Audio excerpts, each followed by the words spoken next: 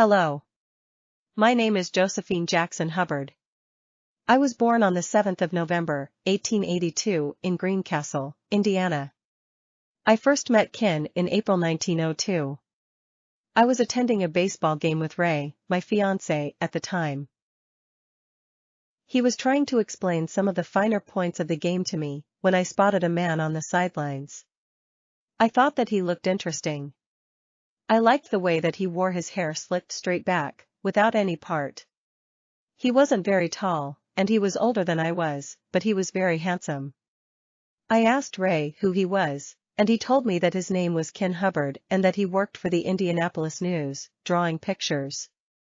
Ray told me that if I really wanted to learn about baseball, I should be looking at the players instead of the spectators. When I told Father that I was going to marry Kin instead of Ray, Father was not best pleased. He said that Kin looked too much like an actor.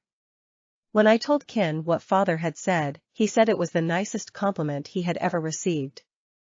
One evening, after we'd been engaged for a while, Kin surprised me by saying everything's settled. I've got a preacher all picked out. We can go right to his house and get married. I think he's a Presbyterian.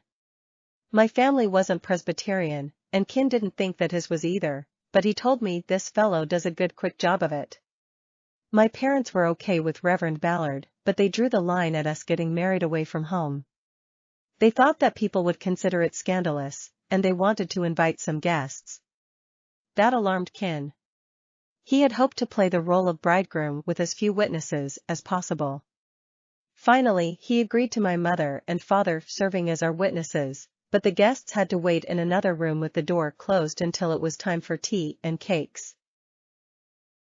We settled on Monday, October 12th, Columbus Day, for the wedding on account of the holiday. That way no one would wonder why Kin wasn't at work.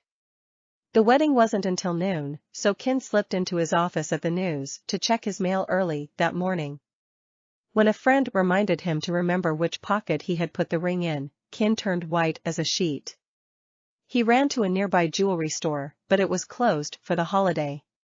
Finally, he got a friend to open up his store long enough for him to pick out a ring. After the service and a small reception, we boarded a train for Cleveland. Kin told me, "I have something to show you." He pulled a small package from his pocket, saying, "Now I can give you your engagement ring." I asked him why he had waited until now to give it to me.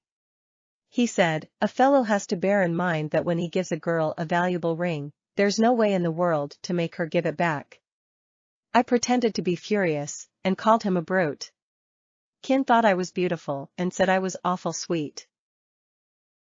We stayed the night in Cleveland before catching an early train to Detroit, where Kin borrowed some money from a friend, because he had underestimated how much it cost for two people to travel. As we boarded the train to Bellefontaine to see his family, he said that his family was a little odd, and that it would be best not to tell them that my family was Republican.